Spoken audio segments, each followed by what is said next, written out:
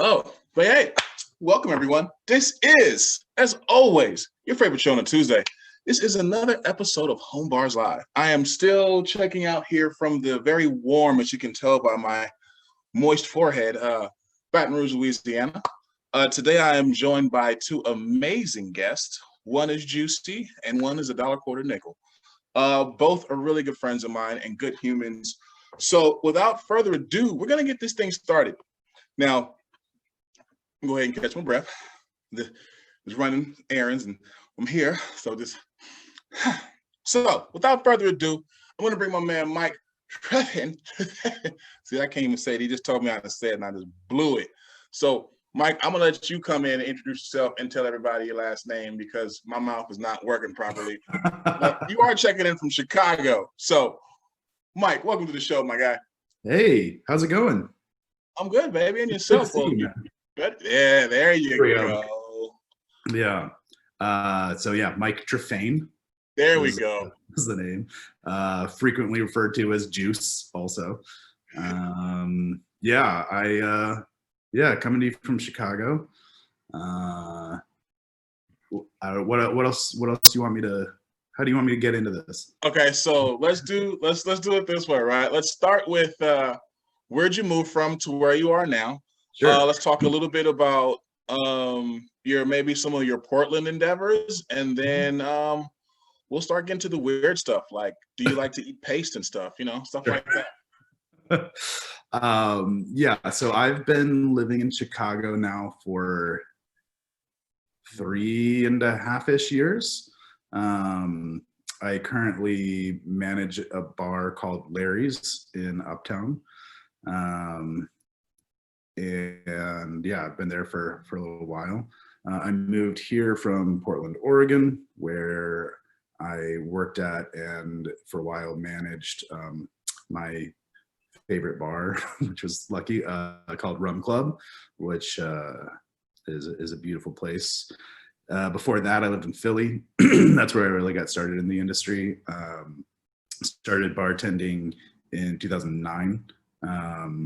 Had just finished grad school, which, getting a job in 2009 for anybody wasn't the best thing, but an MFA in sculpture doesn't really lead to a whole lot of job opportunities.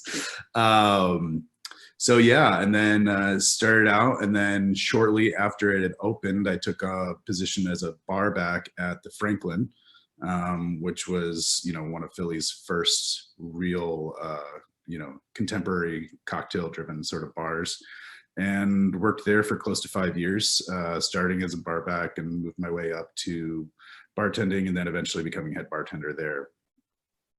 Awesome, man. So now the show is Home Bars Live. So you want to give us a little tour of the bar setup? Yeah. We get the nice stuff out of the way, so people know that you're actually a real bartender, and then we can talk about the good. I love the shirt, by the way, Daddy. Yeah, my partner got that for me. I love it. I also love it because I can make Prince dance. All right, so I don't have I feel like the home bar thing can go a bunch of different ways for people that are in the industry. For some folks, they've got really beautiful furniture and collect a lot of stuff. For me, for the most part, booze is for the drinking, so I don't really have a collection, with a couple of rare exceptions. So most of what I do actually drink at home is cheap vodka with LaCroix. Word. So I mean, and then domestic beers. Occasionally I'll splurge on something a little bit nicer. Like if we're in the mood for a hot toddy or something, I'll pick up a bottle of whiskey or a bottle of rum. And then, so in addition to that, typically we've got some Boda Box Rosé in here, but currently are out. But so in addition to staple stuff like that, the things that I do buy, well, I also have a tiny little bit of blue curacao. Nice. Because when in doubt, make it blue. Exactly. And so then additionally, I just have a couple of random things and weird kind of stuff. So the Savannah I don't know if you've had this. It's from the Maison Vellier line. One of the craziest spirits that I've ever had. What is it? It's a single rum from Réunion.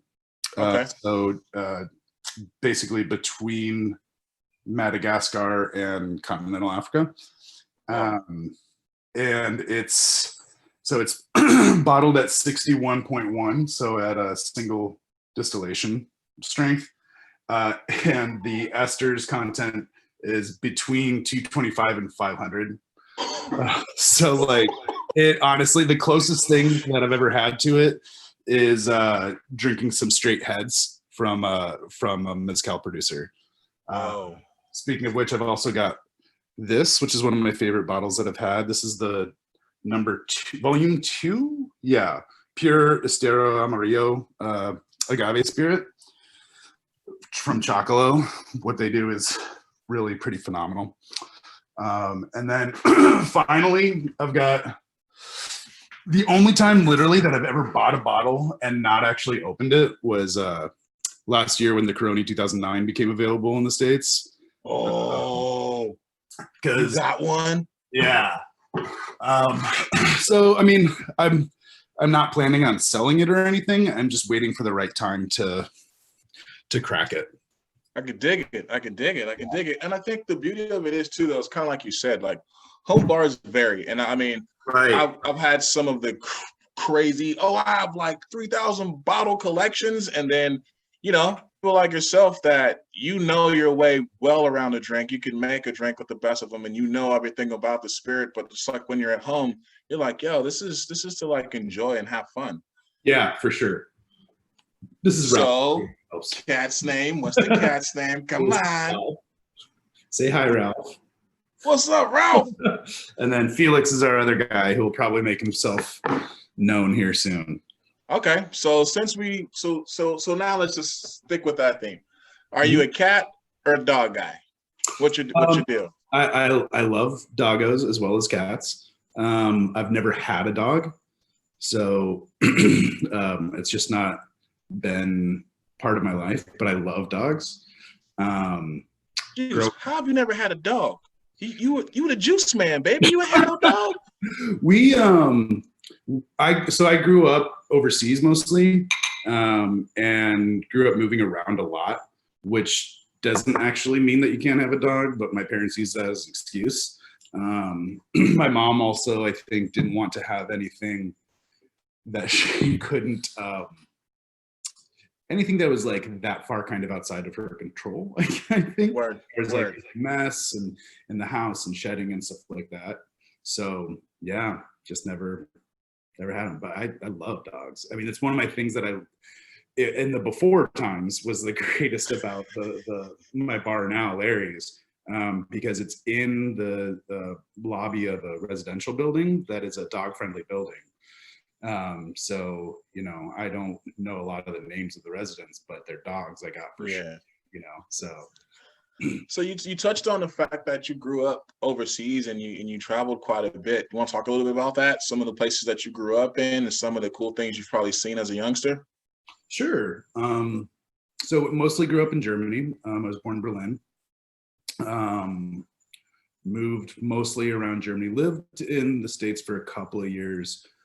In like 3rd, 4th, and 5th grade in Maryland and Virginia.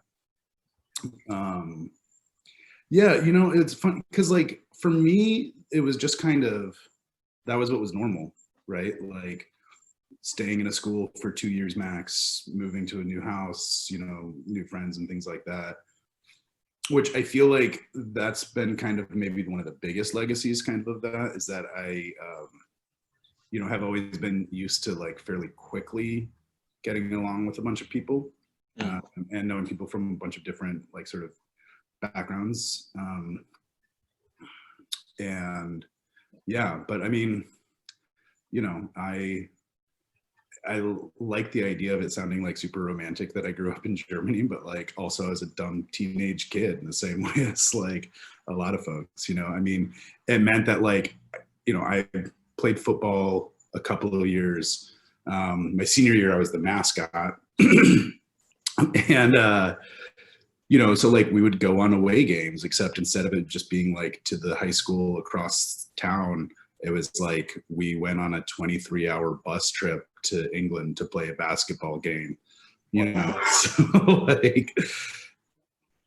So being on a bus for that long, mm-hmm. I could only imagine there had to be like a few really good rock, paper, scissors wars that took place. or maybe someone got an eye poked out or two. Any good bus stories you want to share on one of those long trips? I imagine that it could. So I lucked out in that because that was a trip where I was on it as the mascot. I wasn't a basketball player, as you might imagine. But so because I was technically as mascot, I was part of the cheerleading squad. So I rode the girls' bus, which, mostly slept and did homework and stuff like that. But I remember going, like, we were at a rest station or something to get gas or a bathroom break or whatever. And I stepped on for like a second to the dude's bus.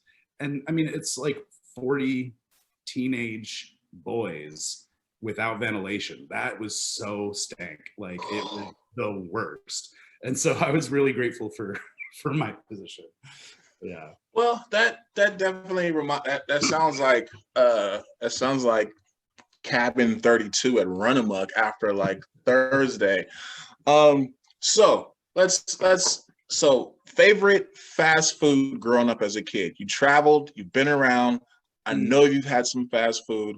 What top 3 favorite fast food? Well, I think number 1 would be, I don't know if it qualifies as fast food. It's like street food. But doner kebab in Germany is like my shit. So, that's, you can get them for essentially a couple of bucks. It's a Turkish German combination kind of thing. So like that for sure has like always been my favorite. The French toast sticks at Burger King were legit. Like it was just like hot and gooey and in a very particular kind of way, and let's see what else. I don't know, man. Fast food, like I didn't really eat a lot of fast food so much, Okay, then what was one of your favorite things growing up as a kid to eat that you can remember that if you could make it right now till this day, you would go? Yeah, it would be either a doner kebab or a falafel for sure, like what else? I loved and still love Kraft mac and cheese. Word. Pretty much, and gummy bears for sure. Yeah, I used to go deep into gummy bears. Yeah, that Sour Patch Kids, I think we'd kind of be like we'd be in the same realm. So if you could have a superpower, but you had to have a super weakness, what's your power and what's your weakness? If I could have a superpower and a super weakness. Now you can create these as like, I had one guest that their power would be able to, blink twice and teleport. And then their weakness was they don't like peanuts. So like it can literally be whatever you want. So this isn't we're not following the Marvel guidelines here. So yeah. Yeah. I think being able to stretch time, like there's so many times when it's like 3 a.m. and I'm like, I don't want to go to bed, but I also need to get sleep. So if I could stretch it so that I could stay up for another couple of hours, but then still get like a good 9 hours sleep and then still be up at like 7:30 in the morning. Who am I kidding? I've never gotten up at 7:30, but like, you know what I mean, right? Like, I'm with you. I feel like that would be the superpower. The weakness,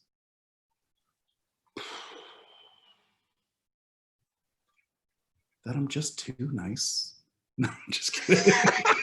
No, I feel like the weakness would be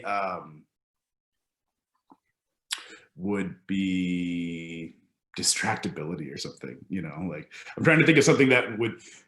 actually kind of counter the power, you know. That would make sense though, because like if you're able to stretch time, but you're easily distracted, Yeah. and like you have to focus, you know, I mean that could definitely be an issue, especially working in the bar realm. I don't know how you would ever get any sleep, baby. Yeah.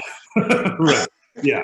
So yeah, I feel like that's So we've clearly seen how the world has shifted, you Mhm. know. Being in the industry as long as we both have, we've seen kind of how things have shifted. And you know, for the patrons that you're not able to see and aren't able to come into your doors anymore, what are some of the things you would like for them to know, you know, about just kind of where you are and how you're feeling? I think I would want them to know that I'm really hoping that everybody's being safe as much as possible and healthy. That I imagine that for a lot of like our regulars and stuff, that they have the conflicted thing of, well, maybe I can go because technically I'm allowed to, but should I? And that we as the bar team have the exact same kind of battle of, I'm really excited to see this person because I haven't seen them in so long, and I kind of wish that you weren't here right now, but I'm also glad that you're here because I need to make some kind of money, but like I also, you know what I mean, like Yeah. that constant sort of back and forth. And I think that you know, we're not gone. You know, so It's holiday season. mhm. And this is one of the rare episodes that I actually have two committed men that are happy in their lives. And Jeremy recently, we're going to touch on that. Jeremy recently got engaged. So let's talk about love a little bit, man. Let's talk about, you know, actually having your partner with you during COVID and stuff like this. That's kind of maybe helped you get through some of these tough times, Sure. and as well too, just doesn't it feel good to be in love, dog? It does. Yeah, yeah, you're absolutely right. I can't imagine having gone through all of this for what 9 months now without my partner Danielle. Like straight up, would I can't even fathom it. You know, I have a lot of friends who are single and live alone, and I'm like, yo, I can't.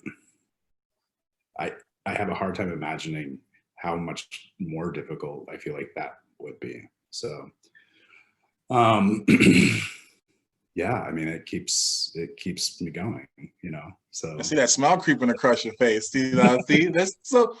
I mean, and it's one of those things too, though. That I mean, I think when I said the word love, I saw you instantly light up.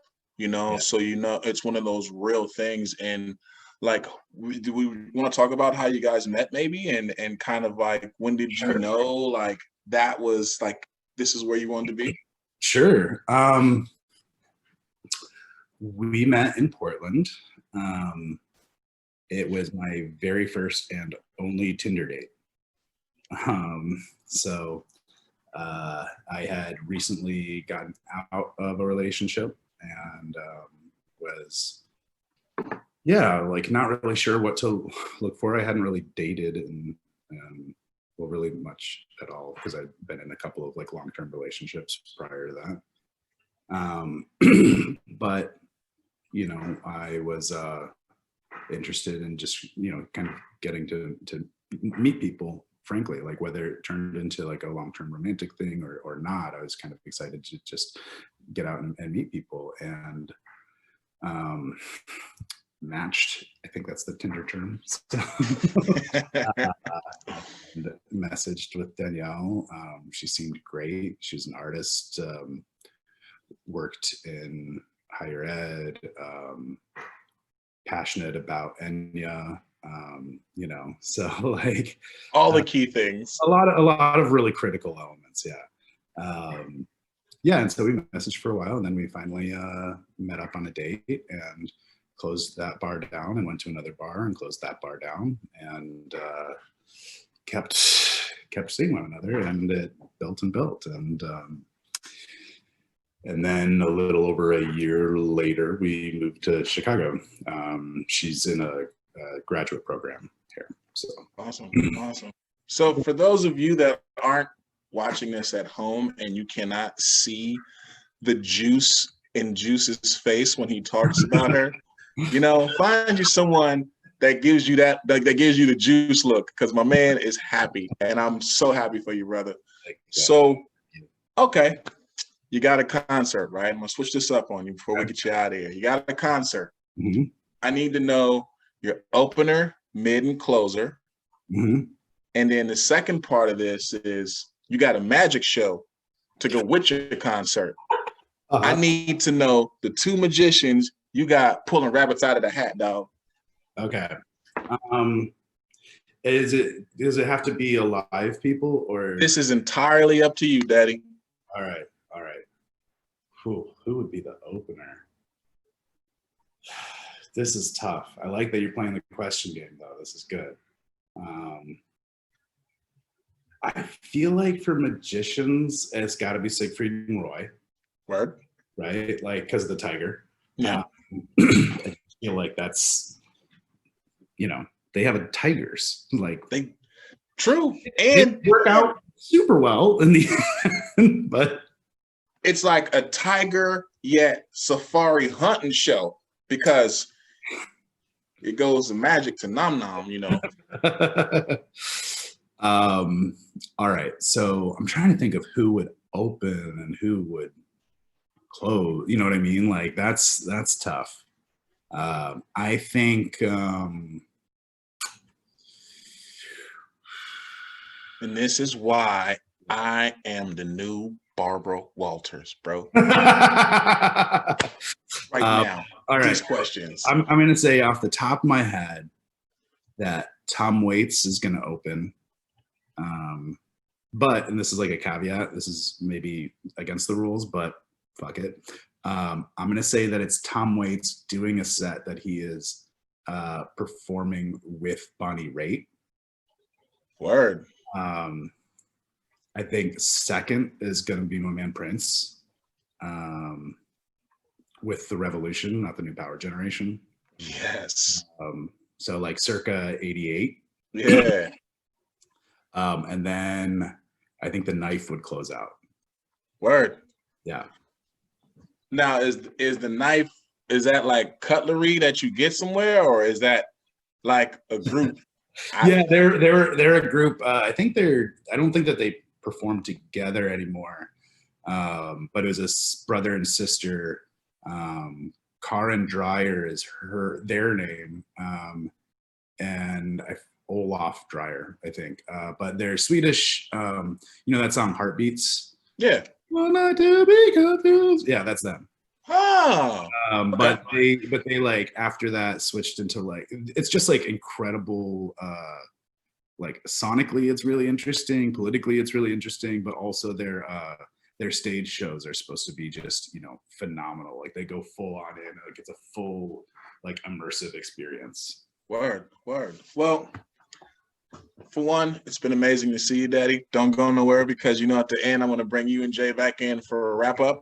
And I think this is probably another tie-in episode to where I have probably two of the biggest Prince fans actually on at the same time, because I know Jeremy is probably sweating at the fact that like it took you so long to say Prince first. I'm just, because he's probably gonna have a whole Prince set including himself. But again, my guy, stick around. Thank you so much, Mike. Yeah, don't go anywhere. Gonna bring you back in, and we're gonna chat some more. Right. So again, guys, this is Home Bars Live, and I've had the pleasure of hanging out with my guy, Mike. So now we're going to be bringing in a good brother of mine. His name is Jeremy Johnson. He has many a nickname. He goes by many a things: Dollar Quarter Nickel, Pain in My Butt, Brother Jay, a whole lot of other names that we'll leave off camera. But without further ado, Jay, where you at, man? Let's do this.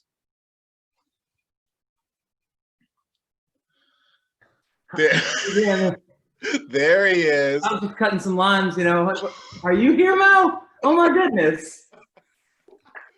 So everyone, this is Jeremy Johnson, my brother from The same mother. How is mom's doing, by the way? Oh, she's good. She was over for donuts this morning. Awesome, man.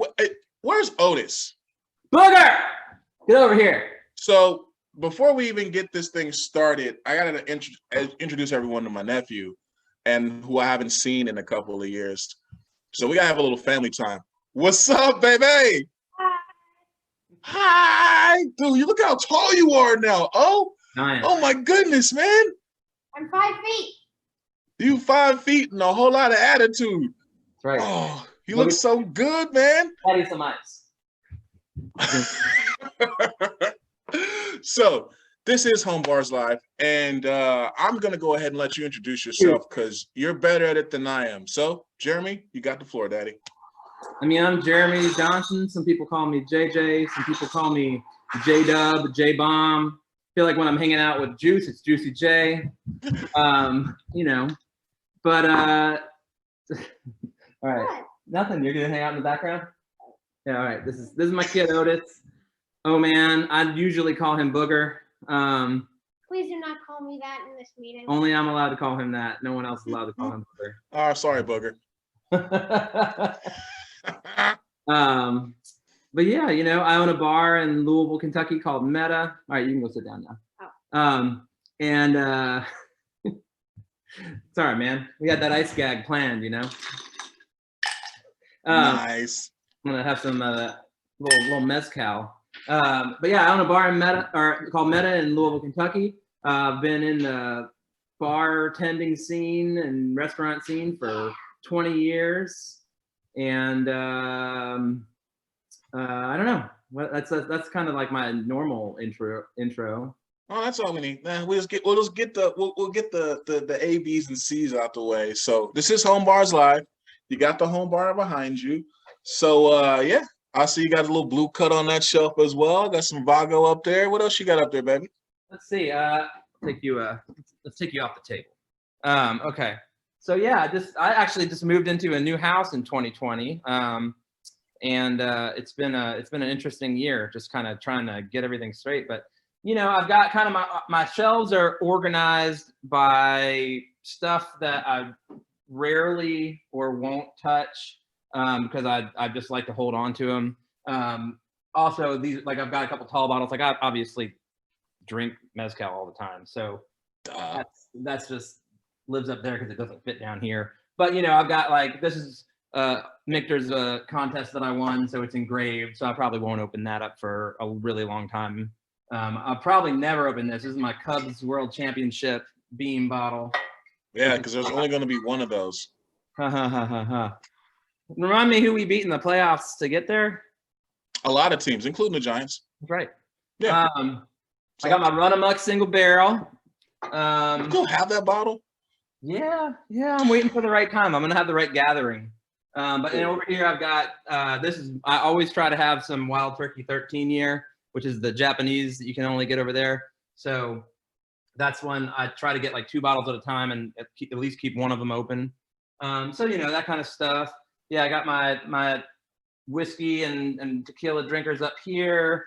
I've got more like gin and vodkas and brandies down here. And then this is just like, this is the ratchet shelf. Word, I see that. I see that. Got like a handle of vodka of the gods for when it really devolves. I think I'm gonna drink a little Espadine today. Sounds like a plan. So, Pop,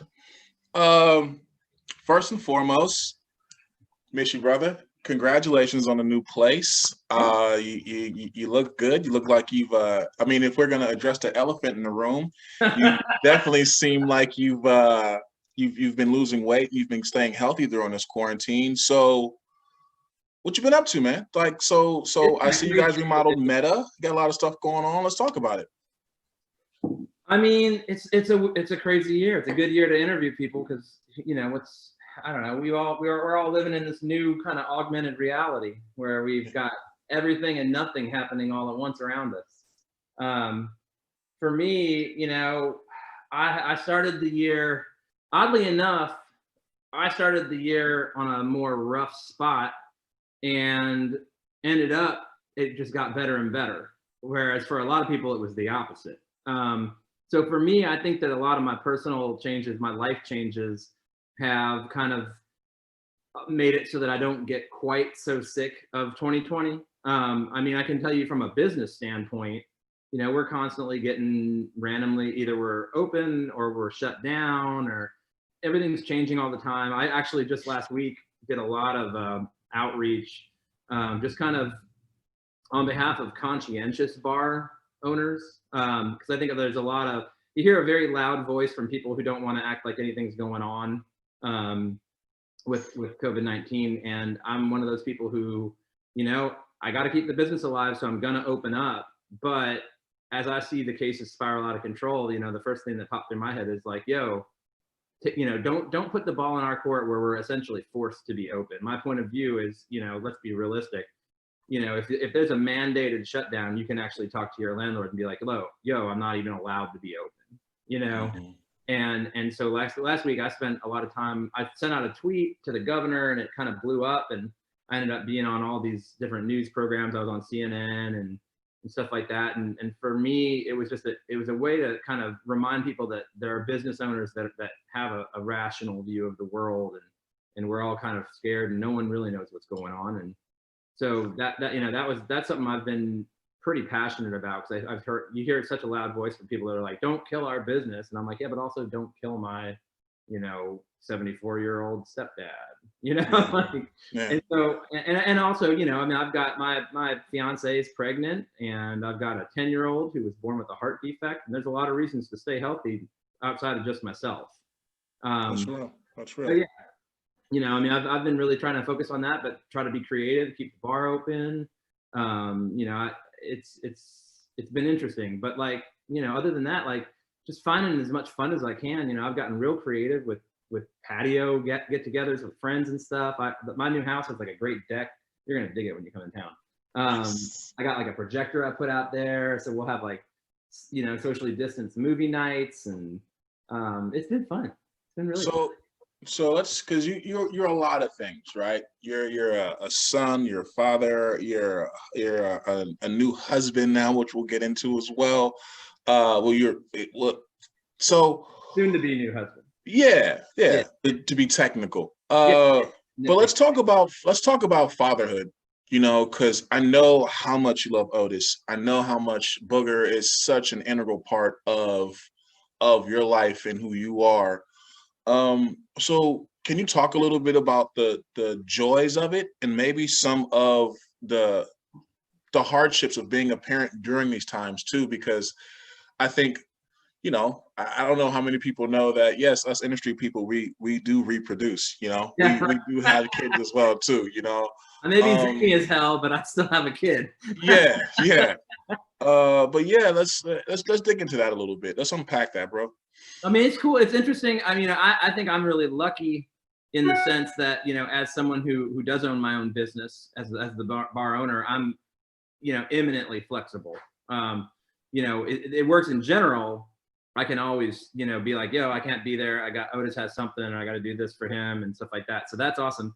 I think where it gets really interesting in 2020 is, you know, I can't take him anywhere. So suddenly, I've always been one of those parents. It's like, take the kid with, you know, it's fine. You know, I mean, I can't tell you how many squirrels and I have gone with Otis to Kentucky Kingdom, or, you know, just hung out together, because I think that it's good. You know, my mom took me everywhere when I was a kid, and that really helped me be a bit more social person and be better, you know, better to handle social situations.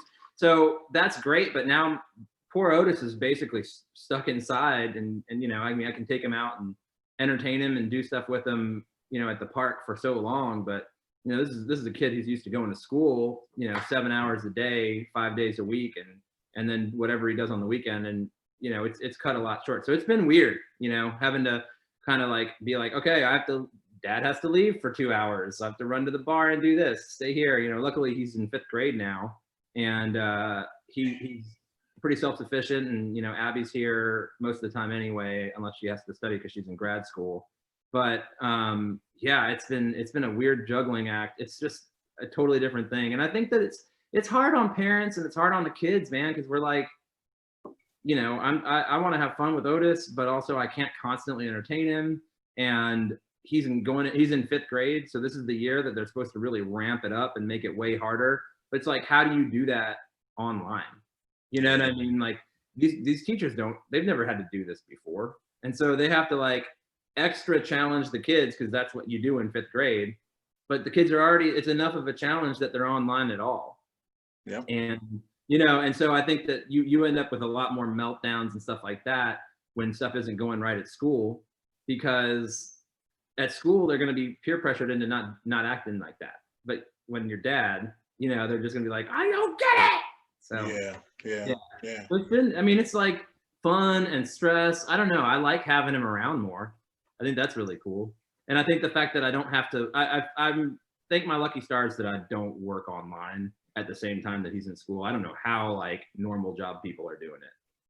So is Booger around? I want to ask him a question. Yeah, Booger Man, you're requested. He's coming. He's playing Minecraft at the moment. Nice.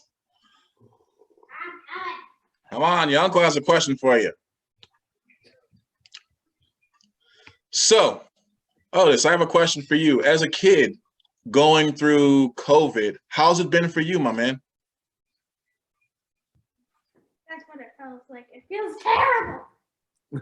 Are you looking forward to getting back to school and kind of like getting out and seeing your friends again? Oh yeah. Well, thank you. Dad yet? I don't know. See, that's a smart answer. Now that is a smart answer, and you've grown to be just like him, knowing how to tactfully answer things and not get yourself in trouble. Now, Otis, go back to playing Minecraft, you beautiful human. So, I mean, and you know, I mean, one of the reasons why I asked him to express himself is because, you know, we hardly get a kid's perspective on these things, you know. Yeah. Who listens to their kid, because as an adult we think we know everything, and they're going through a hard time as well too. Like you said, their whole life has been completely changed. Mm-hmm. But your life has been changed a little bit too. I mean, almost as recent as like what, 72 hours or so ago or something around there. So I've had the chance to meet your fiance. I know her well, and to see you guys moving forward, this has been absolutely No, you amazing. have not. No, you haven't. Oh, well, I guess you did on Zoom. Wait, is this a new? This is different, man. You don't even know about all the changes. I haven't seen you in forever. Beep beep, hold the phone, pull out the plug, plug it up, plug it That's what I back was in. talking about, man. 2020 started off like not great. Dollar, quarter, nickel. You ain't playing, baby. You ain't playing. So tell me about. This is gonna be good. This is gonna be very relevant because it's. I don't think any of it would have happened if it wasn't for COVID. Well, let's do this. So tell me, man. Well, yeah. So the girl that you're speaking of, who's a lovely lady, we're still friends. We were together for 4 years, and we had gone on this like magical trip to Thailand, and we got back in December, the beginning of December, and she broke up with me. And it was like a total blindside. And it wasn't like we didn't have a fight. There wasn't anything wrong, but it was just, I think we had gotten to the point where, you know, we were, the next step was to get married, and that's what I've wanted. And I've held off on kind of pushing for that because I knew she wasn't ready yet, and, you know, that kind of thing. But I think she realized that it wasn't going to be anytime soon. And she was kind of making sure I didn't waste any more time, and she could kind of like be her own person for a while and that kind of thing. But the beginning of 2020 sucked for me. I was like, I was so depressed. I didn't get out of bed. And this is when we were allowed to leave the house. We were like actually allowed to do stuff. But yeah, I was miserable. I had a lot of friends that really saved my ass there because I was just so unhappy. And I finally got to the point, you know, we started to get towards March. So, you know, this is a few months later, and I started to be like, yo, you got to put yourself out there. You got to at least just like see what happens. And so I started kind of like, I went on Hinge. Okay. It was cool. This episode is becoming even better. So we got a Tinder and a Hinge hookup that actually worked. So people out there listening, it was great. I had an awesome time. Yeah, I bet you did. I mean, I don't send unsolicited dick pics, and I'm funny, so it's super like rad. But you know, I was actually dating a couple different people that I had met on Hinge, and oddly enough, you know Neil Alvarado? Yeah. Okay, so he had this new roommate, and then the lockdown happened, And we ended up like, he was in my pod because we were still working together because we could keep the liquor store open. So I had actually seen her before, and had a huge crush on her, but I was just like, don't mess with that. And I think I ran into her like once, when also like shortly after the breakup, and I was just like, hey girl, what's up? Because I was like out at a club and I was like drinking, but it did not go well. But we all started hanging out because we were stuck together kind of like in this pod. And finally we actually her and I ended up alone, and we were just talking, and I was like, you know what, we were just talking about life, and I was like, yeah, I don't want to be dating. I'm really frustrated to be here because I'm really ready to have a family, and I mean, I've got a family, but I'm ready to have like a wife and have another kid. And, I wanted to kind of get this stuff done by the time I was about 40, and I'm 39. I was 38 at the time, but and she surprisingly was just like, oh, that's exactly what I'm looking for. And I was like, what? So I think she thought maybe I was trying to hook up with her for a while. And I think that I thought like, well, it'd be, she seems really cool, but also like she's a very independent woman, and I don't want to, expect too much out of that. You know what I'm saying? So it was wild. So that, we ended up like realizing that we were into the same thing that night, and we had a fun night together. And then from there, it didn't take long before, just being stuck together, and really like, we just only hung out with each other because it was, we were in the same circle, we were quarantined together. And it's one of those things where 1 month feels like a year or two, a week feels like a year sometimes. I mean, I remember, I'll think back to like, oh man, remember that phase in lockdown where we were doing this? And it's like, it was a week, but it felt like at least a month or two. So yeah, long story short, we things went really well. We decided to be a couple, and we ended up with a pregnancy surprise, which I was also very happy about. I was like, oh, this is great, because I wanted to do this before I was 40 anyway. So surprise is a word that I think we should be very gentle in using, because we all know how babies happen, and we all know how that works. So I don't know what the surprise is. You don't have to tell me. No, it was a surprise. I mean, we like to, without going into too much detail at all, but saying the one thing everyone's probably wondering, or that they think about is, no, we went to the extent that we had like taken a plan B, and we knew that dealing with the surprise was of the utmost of importance. Word. And it still didn't work. And we were both kind of like, well, that's fine. I mean, like, I'm cool with it. I was ready. I wanted another kid anyway. So that's a sign of something that's also meant to be too, bro. Because I mean, he wanted to come out. Like, yeah, I'm ready to be here. Yeah, I definitely think that.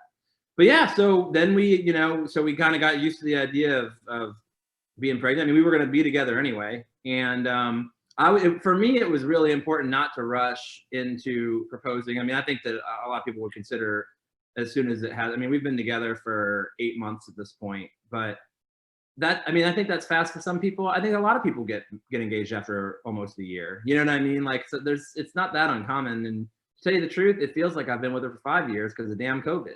Yeah. So, but then that's the funny thing is, I don't think we'd be together if it wasn't for COVID. I think that she would have been like, I don't know, like, am I really ready to be in a relationship that's really serious? And I might have wanted to like shop around more because I hadn't been single in 4 years. You know what I'm saying? Mm-hmm. So I think that it really ended up being awesome for both of us, and now it's just amazing. Just like, well, that's awesome, man. It's awesome too to hear that, because I think a lot of and kind of like what Mike was talking about earlier is that, like, when you have love and you're surrounded by that, when you're dealing with times like these, they're not so bad, I mean, mm-hmm. They could be a lot worse, but you got Abby, you got another little one on the way. Yeah. So that being said, well, now we're going to get into the nitty gritty of the interview, I guess, so to speak. Absolutely. So what I need to know is, where are the chickens? Are the chickens still alive? Have they all been eaten? Chickens are fine. Okay. It was a very complex situation moving them. So I moved, obviously my old house was, it was great but it wasn't great for entertaining. It did have a good backyard though. And so the chickens thrived and were very happy in that backyard. We moved to a house in Old Louisville, so it's only about a mile away, but it's a lot more set up for like when we get to have people over eventually. It's bigger, it's fun. You know, there's definitely room for 2 kids here, but the backyard was an issue. And I had this big. I've got 3 big dogs now with Abby's, and we've got Charlie's not big. Charlie's a good sized dog. But we've got like a smaller backyard, but we also have these like big parking spots, and I'm not likely to park back there. So what I ended up doing is I had to hire someone and build a big old fence and create this like newfangled chicken coop where I also had to cut a hole in my fence. But they're back there. The first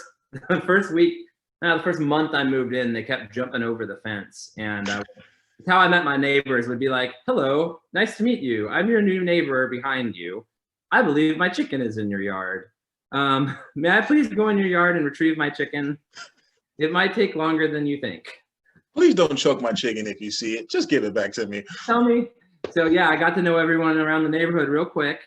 But the chickens are doing well. We have 4 at the moment. We've got, let's see, Monica, Maxine, Weasley, and Dummy. I could guess who named one of the chickens Dummy. I'm responsible for Dummy. Yeah, I wasn't gonna say Otis. Oh, okay. Yeah. I thought you were going to say Otis. No. Chicken's a dummy. Like the first day I got her, she flew up on the neighbors. When I got her, she was kind of borderline feral. Like they were free range chickens. They would roost in trees and shit. So I was just like, she flew up on the neighbor's garage and was like sleeping up there for the night. And I was like, well, she's gonna get herself killed. And I tried like to get her down, and it just wasn't gonna happen. I was like, you know what? Best of luck, dummy. And then I was like, that's the name. Oh man, so we've had the pleasure of having many adventures together. One of my favorite moments was the end of cane camp.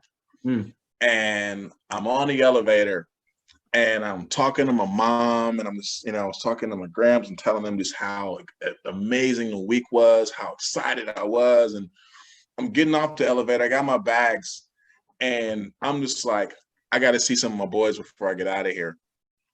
And who do I see strolling through what do they call that? The Lobby. The lobby? Yeah, lobby. Yeah, for lack of better word, lobby. You want foyer? It's fancier. Oh, there we go.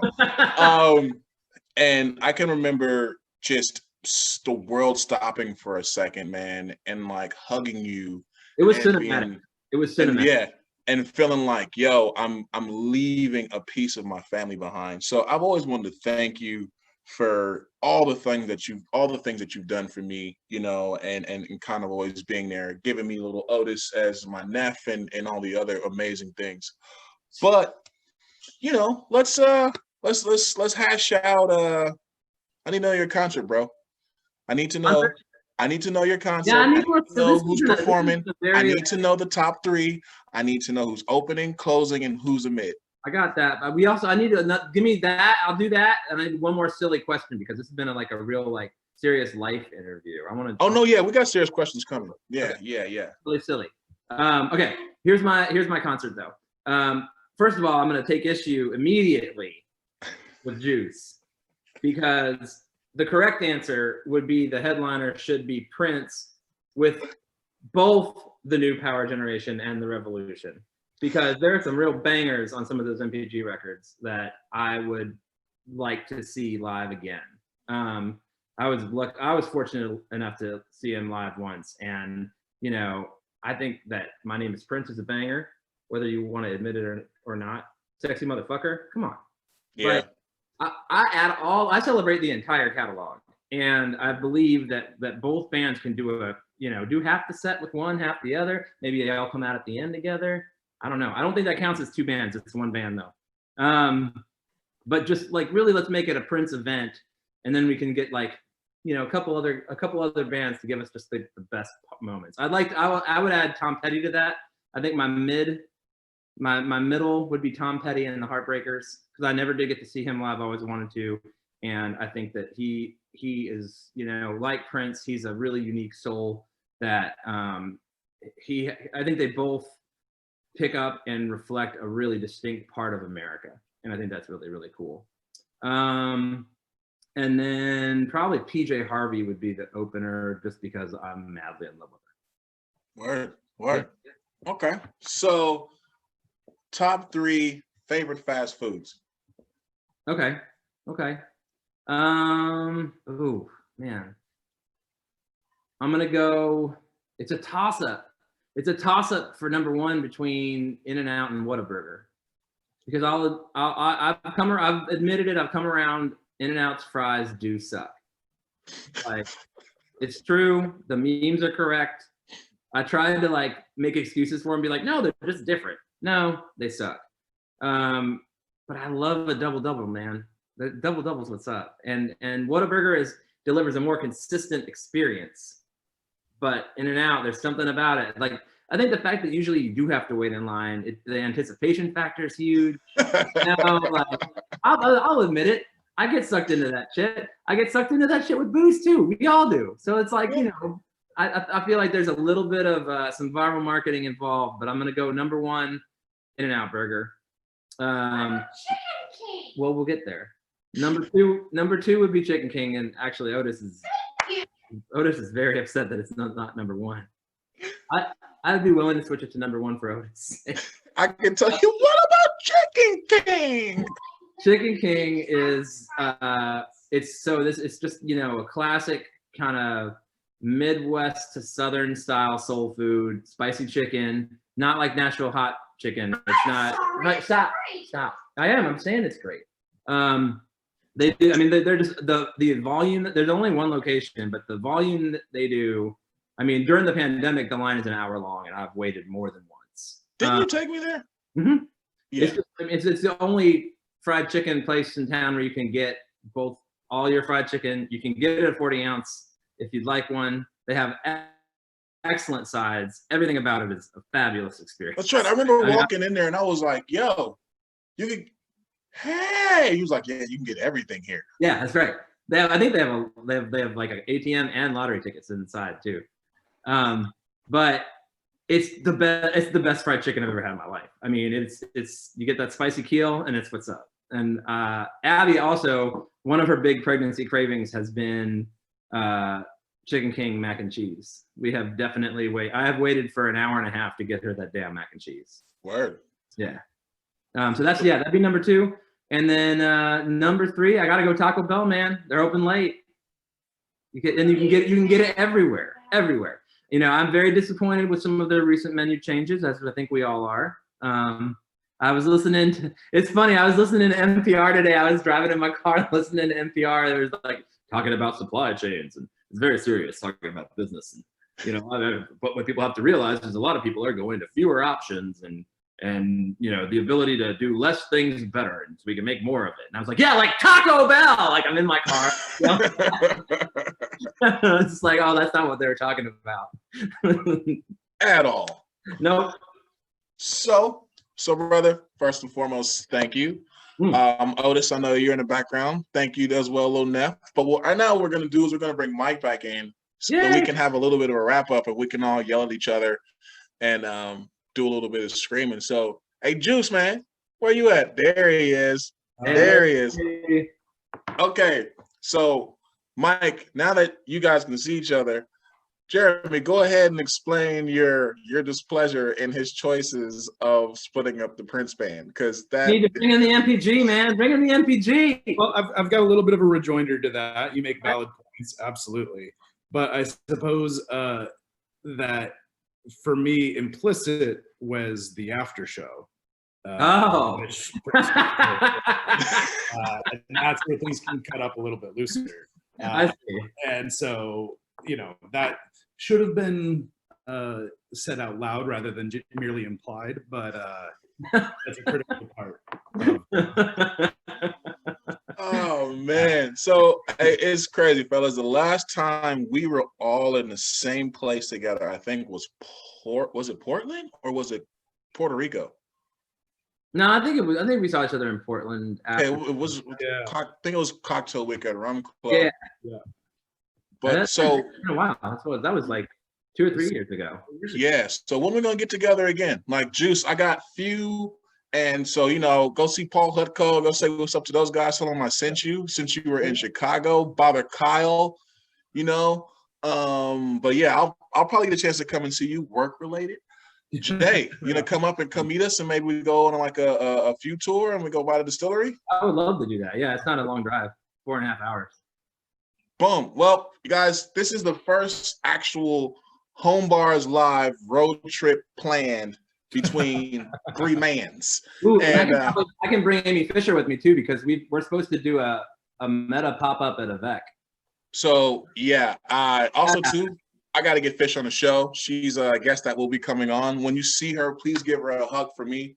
But as we're getting close to our hour, guys, I want to give you guys a chance to, if you want to say anything to anyone out there, it is holiday season. We're coming up on Indigenous People Day. Anything you got to say? Juice, I'll let you go first, Daddy. I hope everybody is able to stay safe and sane and take care of themselves, and love the people that you're around, and try and get through all this. Word. Juicy J, you up now, Papa? I think the biggest thing obviously is everyone needs to stay safe. I think you need to find that balance between what is right for your mental health, but also what's right for other people around you. I think that it's really important to remember that as hard as this is for all of us, I definitely have days where I feel like I'm going to go crazy.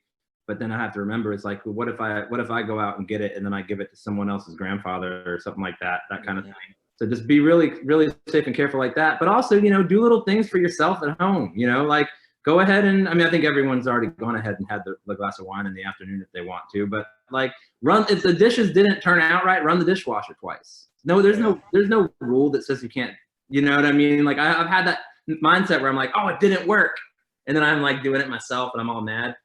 Run the dishwasher twice right now. It's 2020. Do something silly for yourself that you would talk yourself out of. Take the plastic off the couch, open a bottle that you weren't going to plan on opening. Do something for yourself, but also like just make sure you're thinking about everyone else around you when you do that stuff. That's real. And guys, thank you for helping me close out. This is the 8th month of this show.